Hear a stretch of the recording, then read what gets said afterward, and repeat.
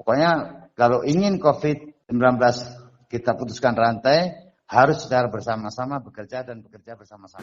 Pasca pembagian masker gratis kepada siswa di Benar Meriah Aceh, pemerintah akan menerapkan sanksi bagi siswa yang melanggar protokol kesehatan atau prokes saat di sekolah. Informasi ini disampaikan Kepala Cabang Dinas Pendidikan Aceh wilayah Benar Meriah Sukardi.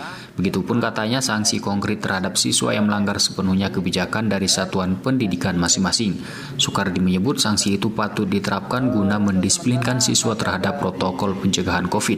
Ini penting katanya agar sekolah tidak menjadi klaster penularan COVID di Benar Meriah. Tetap seperti sanksi, karena itu kita untuk memutus COVID kan harus ada sanksi. Pokoknya dengan melalui teguran, melalui peringatan, itu kami serahkan kepada sekolah masing-masing gitu.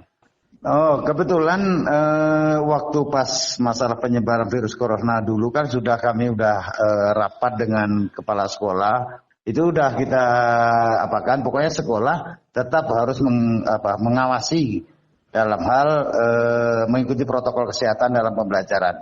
Siswa masuk cap tangan, dan masker tetap harus dipantau.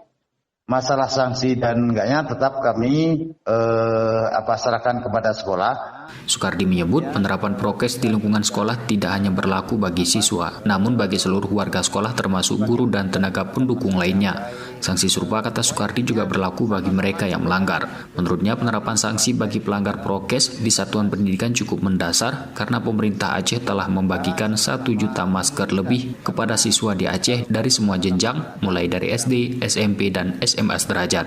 Muhammad Sanusi, RRI Takingon, melaporkan.